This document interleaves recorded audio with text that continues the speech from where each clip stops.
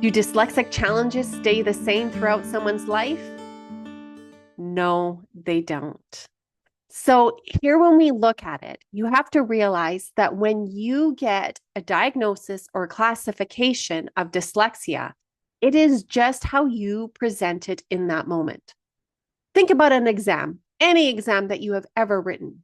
Was that all the information you knew, or was that the information that you knew in that moment to put down on the paper to pass or potentially fail that exam?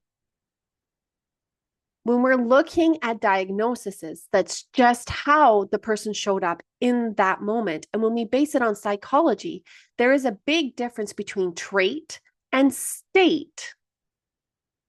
So let's dive into this a little bit.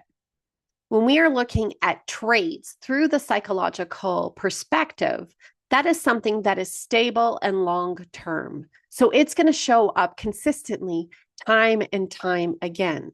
Whereas a state is just how the individual is showing up in that environment, that moment, or that state of mind.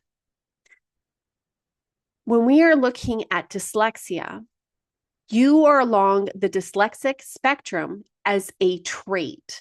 Your brain or your neurology is formed to show up along that continuum. But the level that it influences or creates challenges, because that's how diagnoses occur, is through the challenges, could just be a state form. So in that moment, these are the only challenges that you had.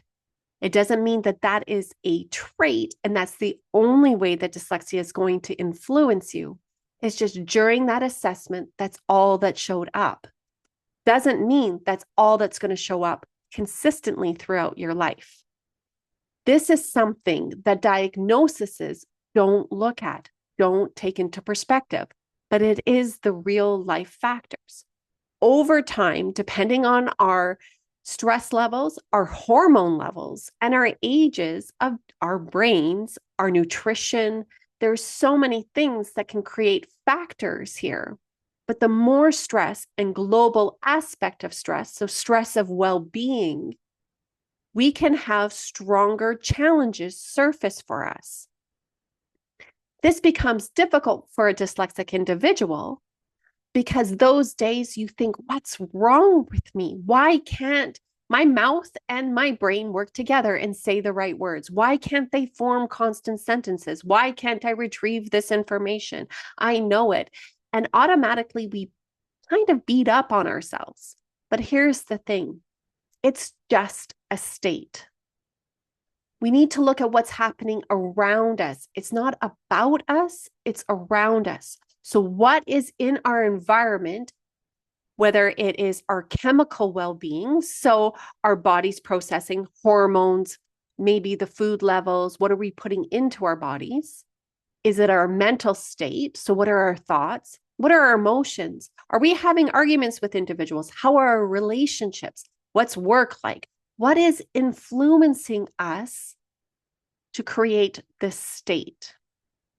If we start to reduce our stresses, then we show up differently as dyslexic individuals, where maybe our challenges don't surface as much.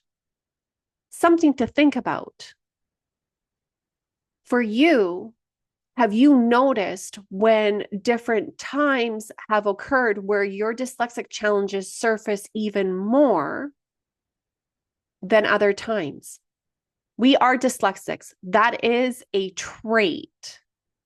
But how our challenges surface, that is a state.